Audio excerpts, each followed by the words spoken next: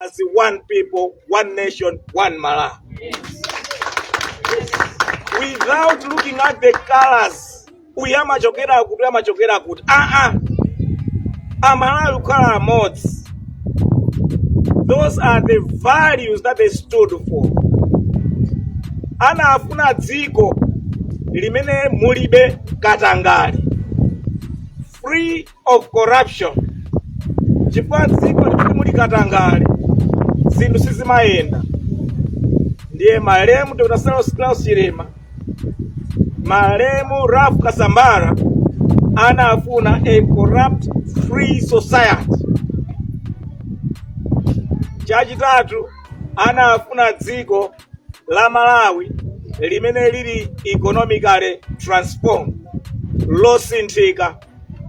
Ndizimene amafuna, and that's the reason why they set up UTM. UTM imayimira those three values: osasankhana mitundu, kuthetsa katangale, kutukula limodzi dziko lathu. Zimenezo ndi zimene ma values anatisira ife a UTM. Chotero mafuna ndawuze malemu Kasambara kuna kuti zinthu zimene they had fought for, they had wanted zikwaniritsidwe dziko la Malawi. Ifeyo tonse a UTM, we have in us the spirit of our forefathers, and we shall fight for those values. Kuti tsiku lina lake one day dziko lino lidzasinthe, lidzakhalira bwino. Iye pamene tikukumbukira umoyo wawo, the life that he lived, pamene tikukumbukira zimene anatisira kwa ife a UTM, we remember the values they inculcated in us and want to pledge to them. Now those values, we shall work so hard to see them fulfilled in our lifetime. Monga mene wanenera mwana wadzipatseka kuti Solomon, you are welcome to this family. You're welcome to this family. This family is all about the same and everything you have said, and you will live to see to it that one day Malawi will be a better place that your father had wanted to be. We will work hard, we will fight, and we are beginning with the elections that are coming up on 16th September. We will fight till we see that we have won these coming elections, so that zimene anazifuna malemu Kasambara zidzakwaniritsidwe in the shortest time period. Zikomo kwambiri potimvera ife a UTM. Thank you so much.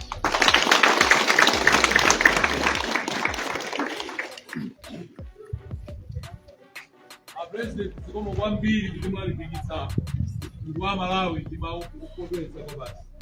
Matipepeseso kuti ikukula pang'ono kuti basi timayenda kutero. Timene kwamaliza ndikulankhula kusane nakukwera winaso waung'ono iye.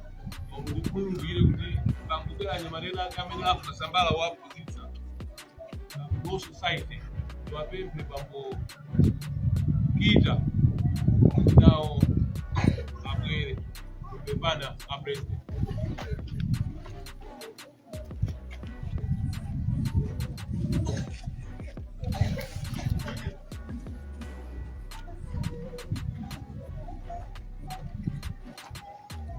I think nchindi zaperekeka kwale kwa wose wakwenera nchindikawo. Ine naimira pano kuimira vanga wasambizika na Ralph Kasambara.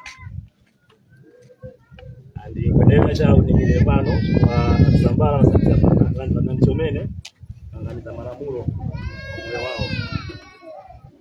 Kama yora kale atika Kasambara wakafuma college mchaka cha 1991. Ndine kama college mchaka cha 2004. Kwani Kristo nyaki atikuna pa Lusungu Bondwe na watu sisi mtu wangu tikasambizika na Kasambara pa nchito yetu ya uloya. Bipa pano ndi makuti tikondolere tose Kasambara wakati gawirako.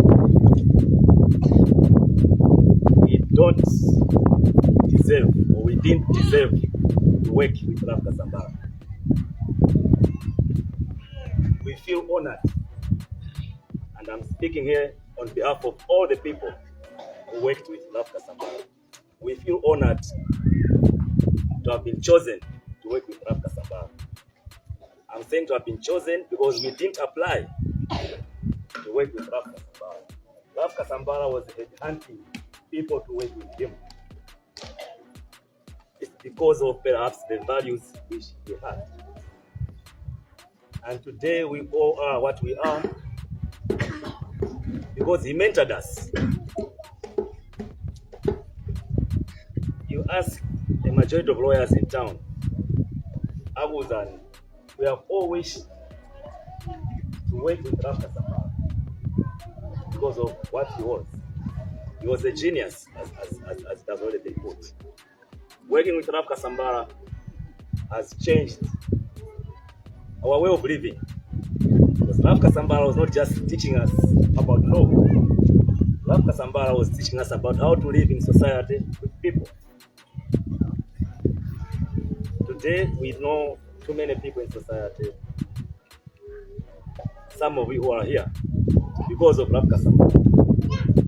He was a selfless person. Ralph Kasambala would connect you to any person who matters in life. Mr. Makande, you are there. I know Mr. Makande because of Ralph Kasambala. I know the Honorable Speaker because of Ralph Kasambala. I know the President of UTM because of Ralph Kasambala. We know each other, all of that, because of this person that we're talking about. Sylvester, you mentioned that the Knights of Blantyre were Kasambala. I'll tell you the story, because we're celebrating the life of Kasambala and what kind of a person he was. I knew South Africa because of Ralph Kasambala, and that was in the year 2006. So I started working with Ralph Kasambala actually in the year 2006, and I think that was the time after he left the Pink government. So then there was a SADC lawyers conference, and he decided to take me along to South Africa and showed me all sorts of places in South Africa for the first time. Till many ago, something happened back home. Robbers went into my house and they robbed everything in my house, especially the entertainment unit. Then Kasambala South Africa, what had happened is, my brother, don't worry, I'll replace everything that has been robbed in Malawi. And he bought for me everything, and I'm talking about everything. And I still remember to this, I think it was worth 40,000 rands. The entertainment unit, and all that. And I think that made us.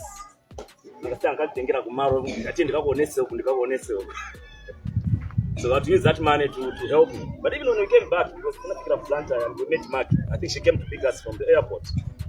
He took her card to the ATM and that we withdraw money, because then we had run out of money. Because we said, that was also used it to buy for me. And he took Mark's card to the ATM and got some money again and gave it to me. He says, no, you still have to buy more things for your house. And I'm sure you remember that incident when we came back from South Africa.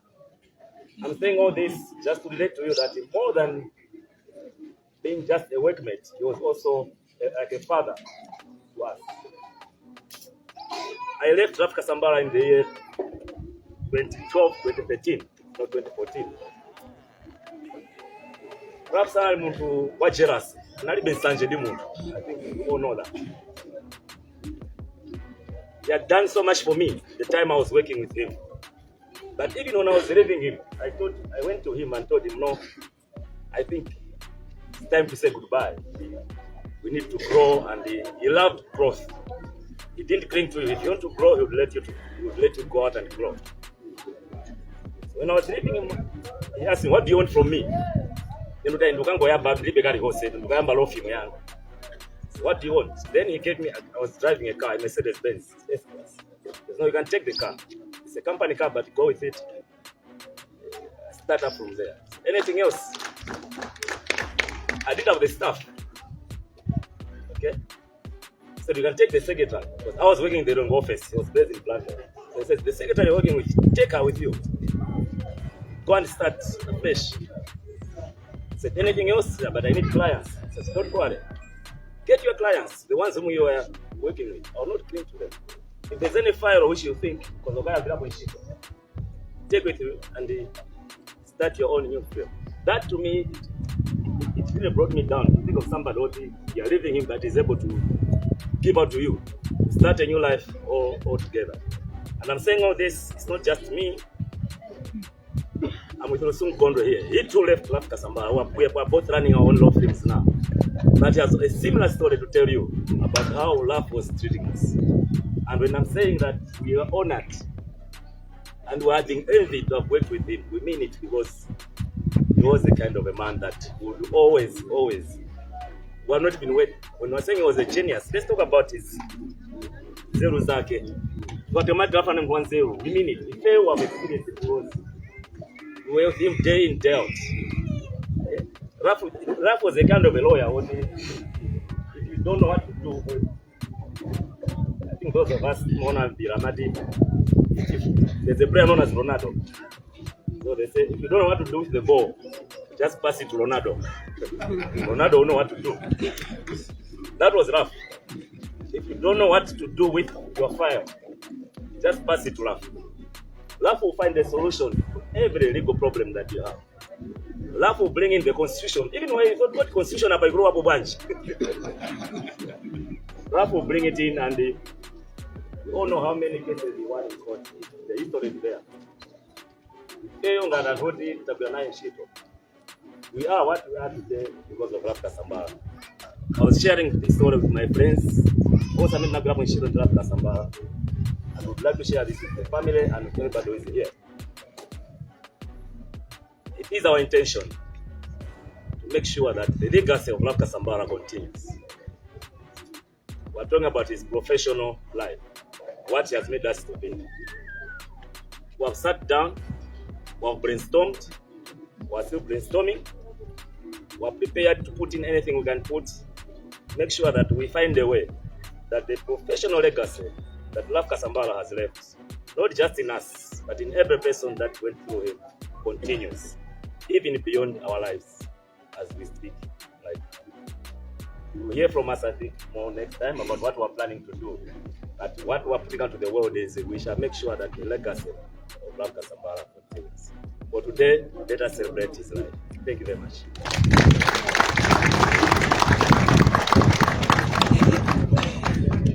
Igwizana wa kitawa tinapita ku office kwa usiku lina ndinakapeza analemba pa kumula conference Ralph Kasambala SC conference.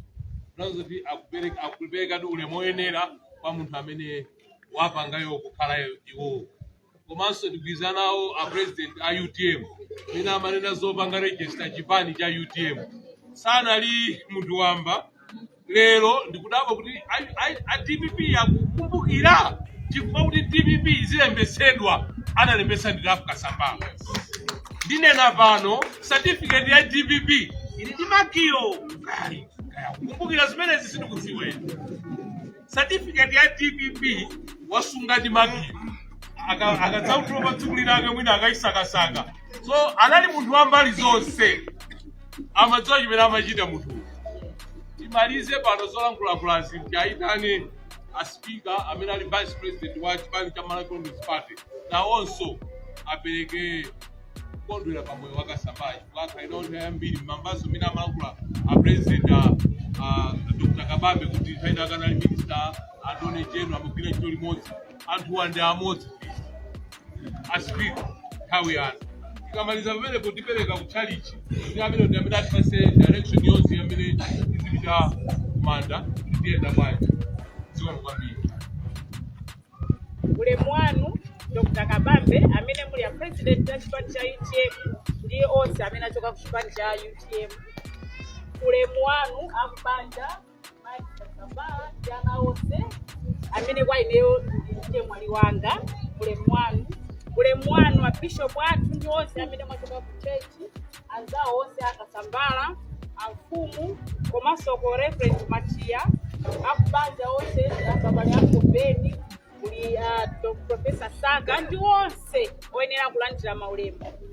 Ine ndayima pano ndanena kale kuti ndi wakubanja ndipo kuti muone ndale zimene zili mwa ine kuti politician namba kalekale Skulu ine nali kuuka muzakadame timaenda ndi anzanga tinaliko 4 anzanga folopo atatu wina ndi uyu Linda Magombo Manda Matika Sambala wina ndi mkazi wa Judge Fiona Mwale mkazi wa Nchuka Mwale makhala athu 4 koma kuti muone ndale mwa ineyomu anzanga onsewa nagopa anakwatana ndazi babu wako kukhatapi amene iwo onsewa analephera kundinyengerera ine kuti ndikakwatira ndizi babu wako ndiko kumene mmafunsa amakande muja kuti kukhala ngati amakana amene nambangaliza diru yonali ineyo ndipo panapezeka kuti pamapeto pake tibale ndi magi mina chinali chochezera ndi rafuyo chinaoneka kuti chachikulu kwambiri pamene oyambirira kukhale m'bale wanga anali ndani anali magi rafu kuyambira nthawi imeneyo anakhala kwa ineyo mchimwene wanga awa ndi amene asanduka alamu pamene zimene akhala the other way round awakhala alamu amene awakhala chemwali rafu ikhala alamu koma zinasembenuka rafu anakhala chimwene wa ine magi anadzakhala mulamu wanga Rafu Kasambala anenapo kale President Kabambe ngati pali munthu amene amapereka pro bono services analizapo nthawi imeneyo tikugwira ntchito ndili ku Ministry of Health tinapezana ndizokhoma zimene mwina sitingatitenge pano mena nanenerapo munthu amene anatithandiza kuti tichoke mmavuto tinali nawo ku ministry ine nda director of planning anga analizapo Kasambala azana general mukukumbukira 2019-2020 atanena kuti tivoteso tinali timavuto sitikanatha kuvota kwa malamulo amakanyidwa panali zambiri zimene zimafunika kukonzeka tsiku limene lija ndikuze nabalanga tinagona 3 AM ine ndi Rafu Kasambala kuti tipeze njira yanji kuti tikavotesa koma zonse zijamapanga maloya ena onse amene anabwera parliament anachaja drama parliament kuti atipangire Rafu and as long as you're the speaker, you are my sister, sitting up charges, because it's for the good of this country. Mango kuna kubatani chisanzo. Chowonjezera bachisanzo zambiri. Zimenanena kuti in any crisis, Rafu was always there. Ku parliament kukafuta, ndisa namuimbire phone, amakhala wandimbira kale. Amene akukufuta, kunditumizira message, panga check section chakuti ayange. Nimekumoneka dolo kuma mmoja ajama alimbuyo. That's how good Rafu was. And ineyo meno anenena kwa one sorrow. I hope that spirit is you. Because your father, as people have already said, just protect people's life. Rafu had no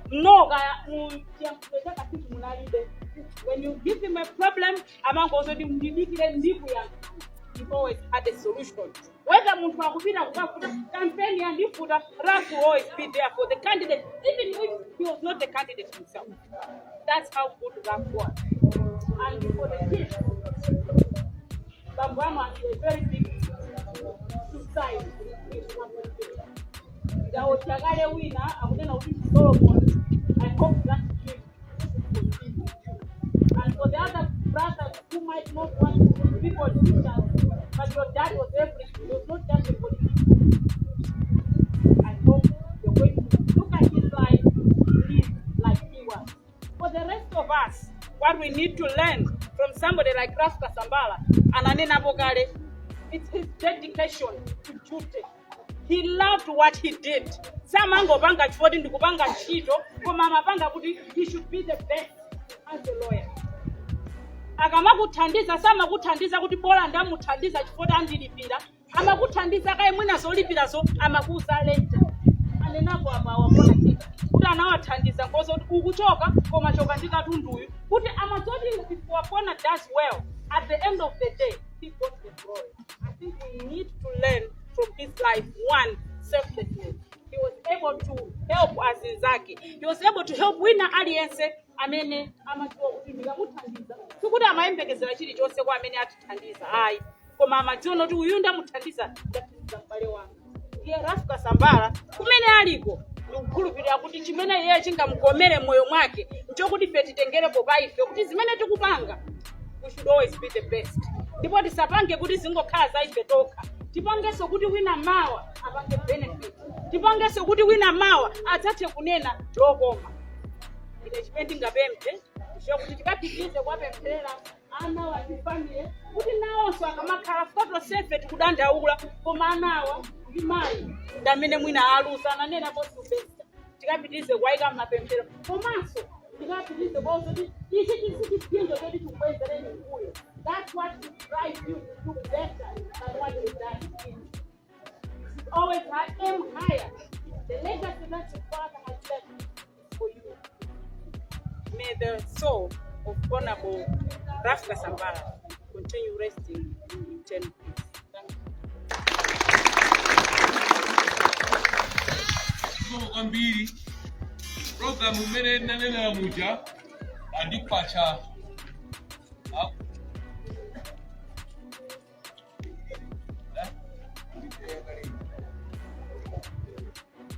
nanena muja yapemphe akumpingo kuti ndi amene atipatse ndondomeko, koma ndili ndi chithunzi chakuti galimoto yofirapo renjayo inyamula amayi amene akuyipanja ndi ena amene mafathers athu apangira galimoto yawo yoyendera, ena amene tili ndi mayendedwe pakusiyapo tithandizane kutenga anthuwa kuti tikafike kumene kuja, koma amene tingathe kuyenda amphamvu zawo titha kuyenda chifukwa nthawi zambiri timayenda pamenepo. Ndiye yapemphe akumpingo kuti atipatse direction, koma mayendedwe ake ndi amenewo. Amene muli ndi nkhata chonde musaliyombe teni mukayike nkhata zanu, nthawi yake ndinoyo. Zikoma kwambiri akumpingo nthawi yake.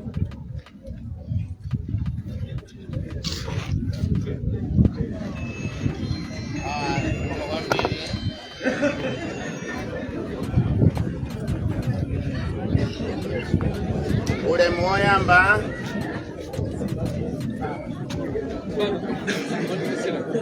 Ndimatindi pemphe chonde tikanyamuka pano kupita uko tikabwere pompano tizalandire chakudya chimatayika. Ndiye kuti asataye chakudya chonde tibwere pano tizalandire chakudya, koza chakudya cha wina aliyense amene ali pano. Yeoda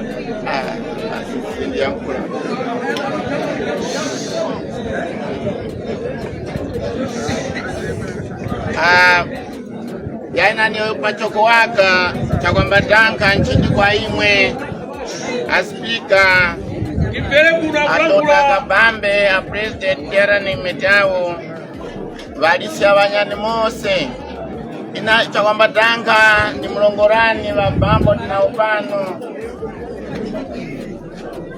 awamba bambo Raymond Mwale awamba pasto secretary vitu awamba bambo Samu Ngoma wali kukatete awamba bambo Albert Chirambo wali St. Augustine Parish. Ise vinandi palije vya kutiti oye pentu mwongani waka mwemose mwafika pano tasangira kumwai mwanya uno tawamanyako Bakabambe wamanyanga yayi Bakabambe tawamanyira pano tasangira koso mwavi kumanda na vaspika vagotandu kwa manyakale na valisia vasepi mose na valisia vanyake. Ise kumpingo tikuonga vya wanangwe mwapeleka hapa liposo wakumpingo wose mbakuonga utumosi mwa vantu mwangutegereza. Kwa hivyo tayoyanga hapa mwanteura umu tieti lutilile kondwela chaka ichi kuti kuzimu wake usemtendere mwa Yesu Kristu mwetu. Amen. Fumo iwe namwe wamtwiseni chutanguno zose vatata na mwana na mzimu mutuwa. Amen. Ule mkende wa Kristu.